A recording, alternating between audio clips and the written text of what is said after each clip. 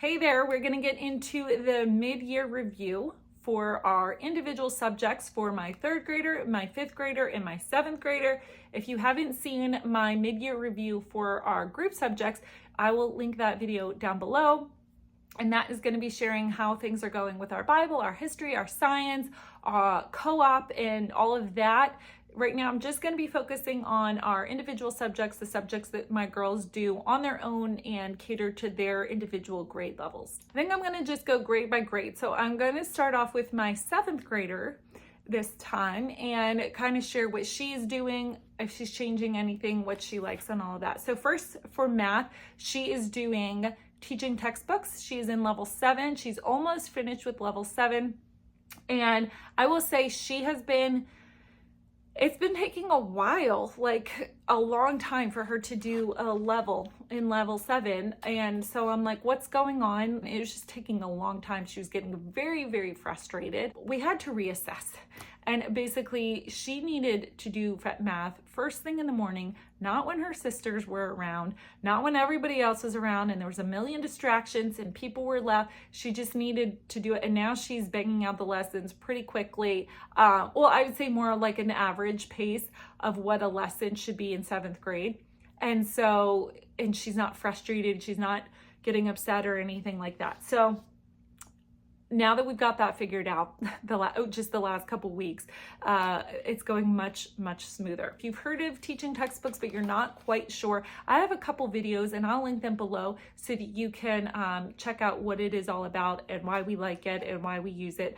This is, I believe, our 3rd year of teaching textbooks, and we really enjoy it. My older 2 are using it. Next for language arts is BJU Press. She's using BJU Press level 7. And it comes with the grammar and the writing together. Now, I will say she doesn't love, I'm just going to preface this, she personally doesn't love language arts, like grammar and all of that. So for her, she's like, this is a lot and I don't love it. And, she doesn't really complain, but she doesn't love it. I won't say that that's a tick against BJU Press. I just think that that's her personal preference. So it is very strong in grammar. I will say it's a very, very, very solid, strong grammar program. However, with this year, with the 7th grade, the writing is not as much as she would prefer. But again, that's just because she wants to write more than she wants to do grammar. So last year with BJU Press, she alternated between a grammar chapter and a grammar writing. So it was 50-50. Now it's much less. I'd say it's probably like 25-75 or 30-70 with writing and grammar. So her personal thing is, and again, this is just personal, you have to do what's going to be best for you and your child. She was like, if the 8th grade book looks like this, can I just do a different writing program? And you can do that too. Like, there's no law that says you have to do their writing and their grammar together. So I don't know what we're going to do for next year. She's also talking about maybe for our co-op, because co-op offers writing, potentially just doing it that way through there. I don't know what we're going to do, but I do like the grammar, and then the writing, it is done well. It's just there's not as many chapters as she would like. So jury's still out on that one. I like it, but I get where she's coming. For science, again, she's doing that at co-op. And if you want to know more about what she's doing, you can check out my video below that talked about all of their group subjects that they're doing. Same with history, same with Bible. We do all those group subjects together. She is doing Wordly Wise, which is a vocabulary kind of workbook. She's been doing it since level 3, I want to say. And so she likes it. It's fine. It's a vocabulary workbook. I don't know. There's just not much to say about it. Math Minutes, she is doing that just to kind of give her a little bit of more, a little bit more well-rounded practice. Since my older 2 were little, I've tried to incorporate a little bit extra math. That didn't make sense. Some little bit extra math. Goodness. A little bit of supplemental math, nothing crazy, but like they'll do, so this Math Minutes, it's like 10 little extra math questions a day. That sounds like, oh, that's a lot, but it really takes her maybe 5 minutes, 10 minutes. It's not adding on a whole other curriculum or anything like that. And it just helps her get a little bit more practice in. It's just one of those little workbooks that you can get. I think I got it on christianbook.com, but you can You've seen them. They're just little math workbooks that a few questions a day. And then for reading, she is reading the the readers from our Sunlight Bible, History, Bible, and Literature comes with recommended readers. It's historical fiction. So for example, if Sunlight says you're reading about the Civil War in your history textbook that Sunlight provides, then they'll say, we have this book to go along with it. Read this chapter a day, and so on and so forth. And so she has been doing the readers of that, and she's read quite a few chapters or quite a few chapter books already. She's a very avid reader, so I'm not worried at all about if she's getting enough like personal reading. This is just kind of more academic reading. And then she is also doing, it's called Building Writing Skills, and it is another just quick workbook of maybe takes 5-10 minutes a day, and it's just like incorporating how to improve your writing. So there's going to be a section on vivid verbs. So instead of using the word ran, what's a better word we can use? How about scampered? You know, you get the idea. So it does nouns, adjectives, and verbs and things like that, just to kind of improve upon and spice up their writing a little bit more. And then lastly, something that we added, which I'm like, ooh, are we gonna have time for this? But I think now we are, because her math isn't taking 2 hours a day. It's come down to a normal pace, so she has a little bit more time in her day.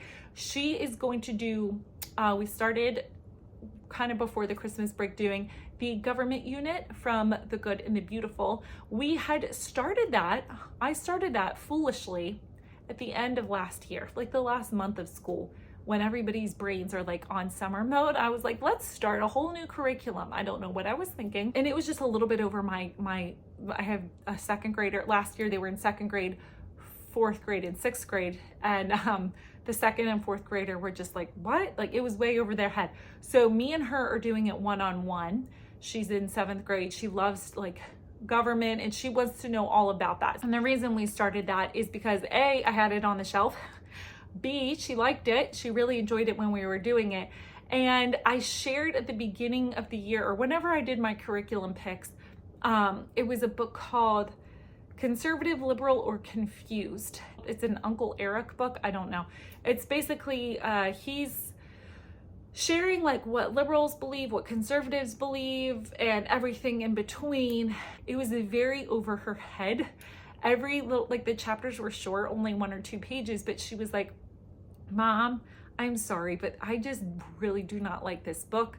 Every single chapter, I'm like, okay, maybe this chapter just wasn't great and it'll get better in the next chapter. And she's like, but it never does.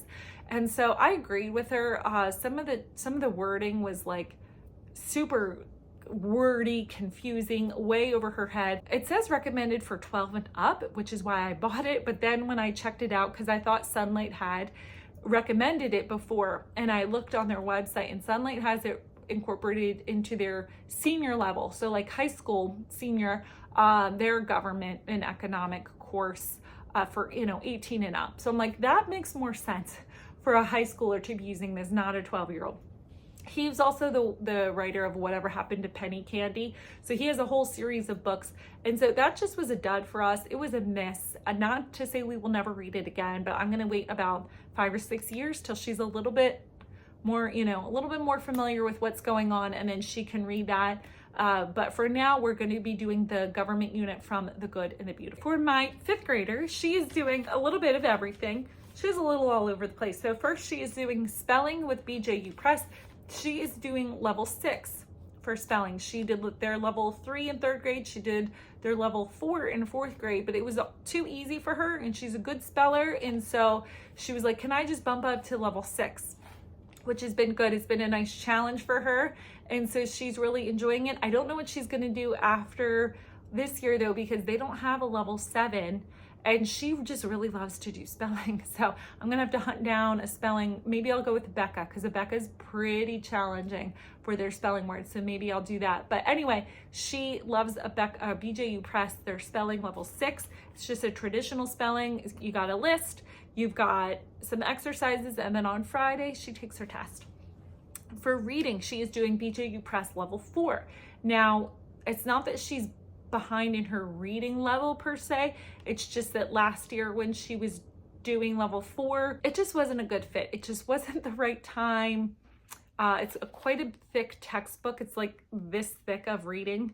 And she has a workbook that corresponds with it. And so I don't know if it overwhelmed her or intimidated her, what was it, whatever it was, but towards the end of the year, she just picked it up on her own and was like, hey, can I start this reading program again? And I was like, sure, that's fine. So she did it at the end of last year, a little bit over the summer, and then she's picked up with it full time, like every single day this year in 5th grade. And she's doing really, really well with it. It's definitely like a proper literature program. So it's talking about character development and plot and all of that, summarizing and comparing 2 different stories and comparing almost two different genres, and like how the characters are similar. It's pretty in depth, and I will say like it's very solid. It's not just a read of this and then answer some comprehension questions. It makes you think. So if that's something that you're looking for, I would consider the BJU Press reading program. I'm going to do a whole video on it. So if you are intrigued, sit tight. I will have a video on that, and I'll show all the ins and outs of that. For language arts, she is doing BJU Press level 5. She will say it's a big leap up from level 4 to level 5. I don't know about that. She personally just doesn't love grammar. Again, both of my girls, strangely enough, like writing, and they neither love grammar. So I think it's just a personal thing. Again, BJU Press across the board is going to be very solid, very strong. It's a traditional program, and so they don't use a lot of fluff, a lot of filler. They are very succinct. They're very spiral. It builds on top of each other, and you're not going to just be doing 2 questions and then you're done for the day. So that, not all kids are going to love that, but if you do want a strong grammar, definitely recommend BJU Press. For typing, she was doing the Good and the Beautiful typing. She did it last year. She was going to do level 2 or 3 this year. The Good and the Beautiful has a couple, 3 levels of typing, but she has switched over to typing.com. She really likes that layout a little bit better. And so, that's whatever. I'm like, okay, as long as you can type decently, you're not looking at your fingers and you're not doing really weird keys. Like sometimes I have to check over just to make sure she's typing okay. And she's doing a pretty good job with that. For math, she is doing teaching textbooks again. This is her 2nd year with using teaching textbooks. She does really well. She gets A's. And again, if you're interested, I have videos on that as well. I'm having her do some math flashcards just because her multiplication and division recall could be a little bit quicker. To me, you should be like this and you should just not even think about it. It should be second nature, and it's not. And so I'm having her practice.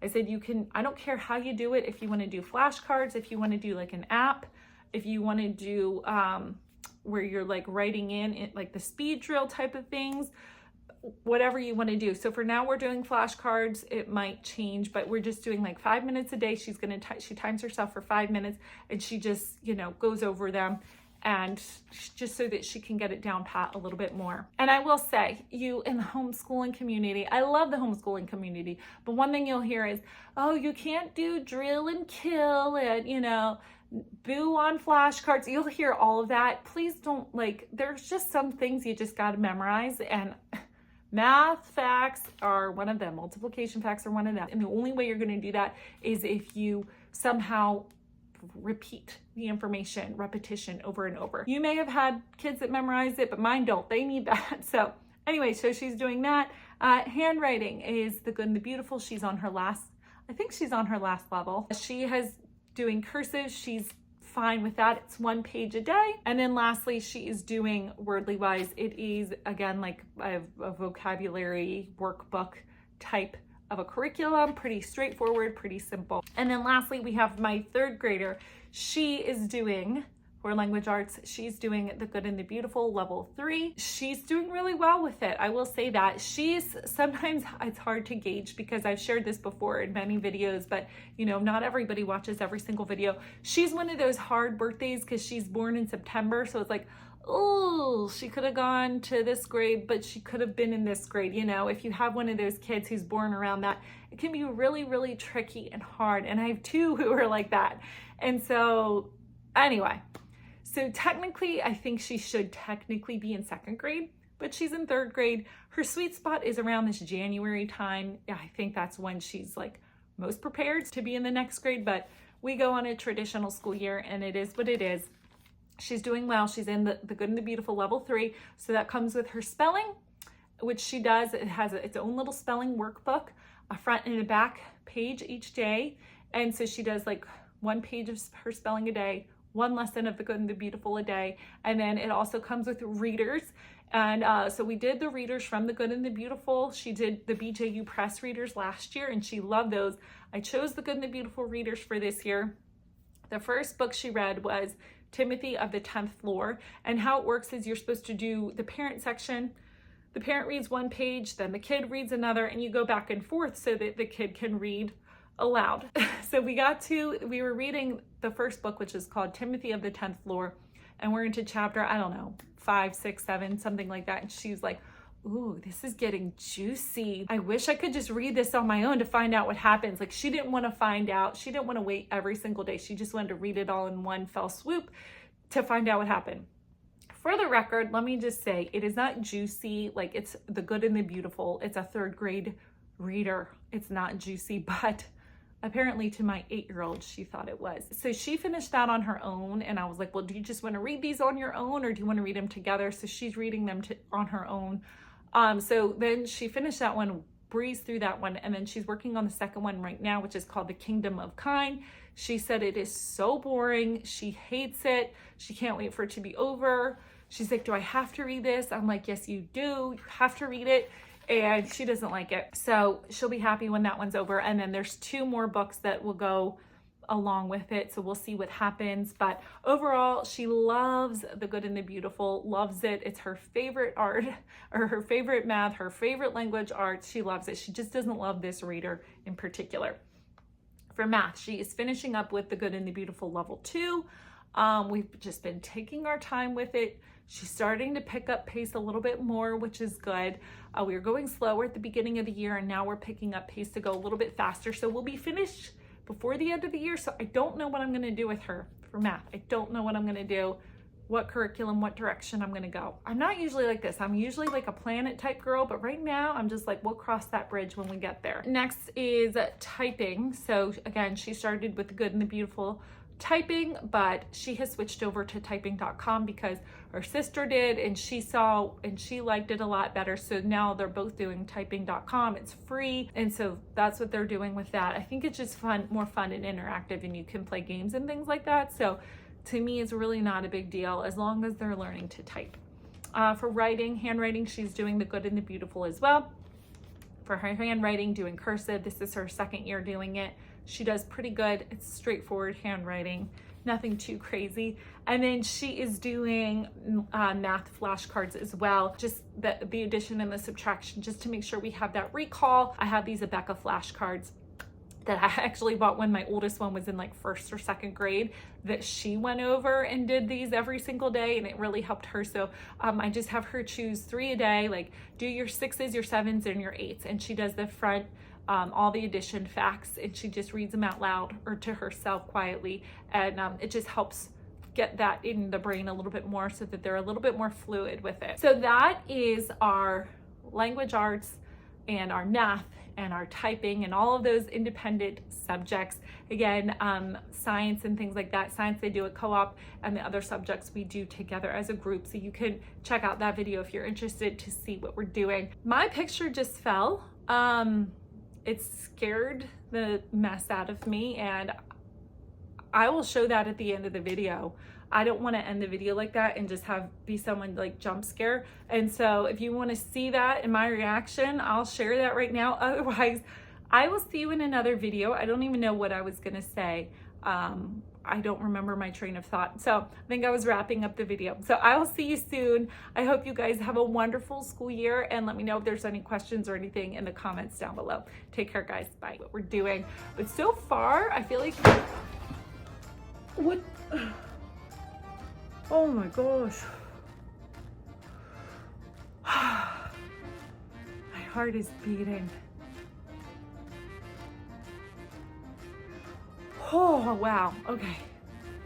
That picture has fallen before. We need another nail in there, or my husband needs to put it up. This is what happens when I hang my own pictures. See, this is just a reason. See, honey, you can hang the pictures from now on. I'm just joking. I usually do hang the pictures, but he does all like the tooly type stuff. That's not my jam. And so I'm gonna have him configure a way, because that picture is huge and it's fallen before. Oh, I don't even know what I was gonna say. My heart is like beating. Oh, that scared me.